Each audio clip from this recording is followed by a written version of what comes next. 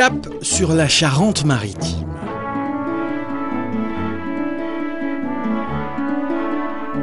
Comme son nom l'indique, la mer tient ici le premier rôle. 460 km de côte où alternent de vastes plages bordées de pins maritimes, des falaises, des marais et un superbe archipel composé des îles d'Oléron, de Ré, d'Aix et la très jolie île Madame.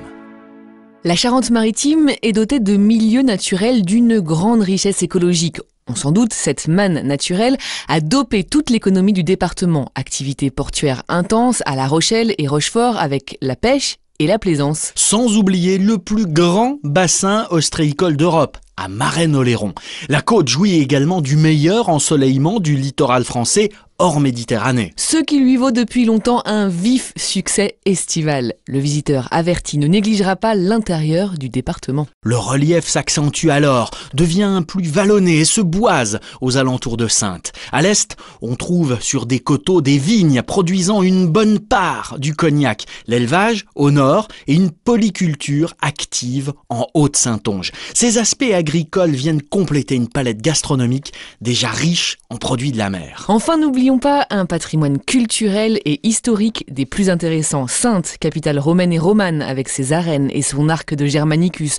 Rochefort et la corderie royale. Le vieux port de La Rochelle, les forts et bastions côtiers, souvent signés Vauban, et la plus forte densité d'églises romanes en France. Sans oublier le chemin de Saint-Jacques-de-Compostelle qui traverse le département du nord au sud. En somme, la Charente-Maritime a de nombreuses cordes à son arc. Toutefois, sa magie est presque ailleurs, dans sa lumière pâle et douce, grâce à cette merveilleuse symbiose entre mer, ciel et terre.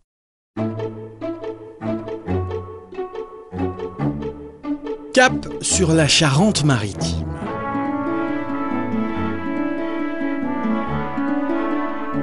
Comme son nom l'indique, la mer tient ici le premier rôle. 460 km de côte où alternent de vastes plages bordées de pins maritimes, des falaises, des marais.